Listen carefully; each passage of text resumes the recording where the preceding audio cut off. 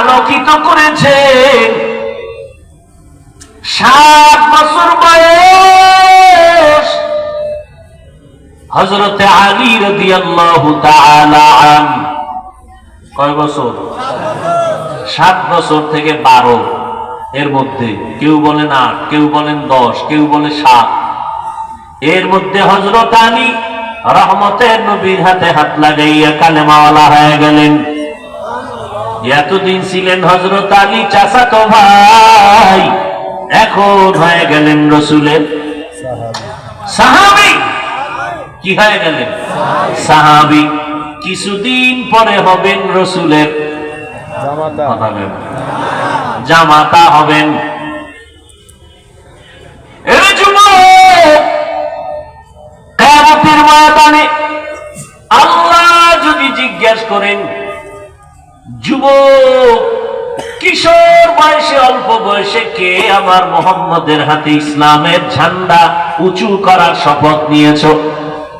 সর্বপ্রথম হযরত আলী দাঁড়ায় বলবেন, আল্লাহ আমি। মুরব্বীদের ভিতরে কে আমার নবীর হাতে কালেমার ঝান্ডা উঁচু করার শপথ নিয়েছ? মুরব্বীদের মধ্যে প্রথম যিনি দাঁড়াবেন হযরত আবু বকর সিদ্দিক রাদিয়াল্লাহু তাআলা আনহু।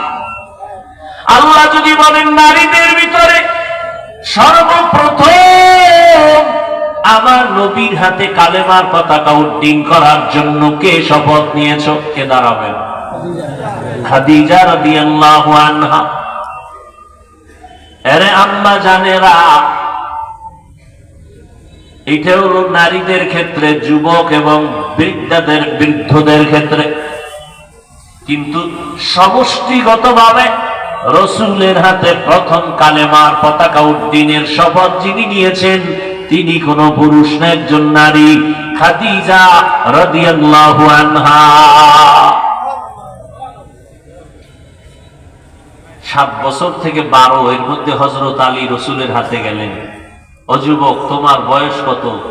25, 26, 30, 35। তোমারে বুঝাইতে বুঝাইতে মা বাবা থেকে শুরু করে মসজিদের ইমাম খতিব, বক্তারা, তাবলীগওয়ালারা এত বুঝাইতেছে 12 মাস, এরপর আমলের কথা শুনল। আল্লাহ হিদায়াত দান করুন। জিন্দেগি মে বন্দগি তু কার নাহি,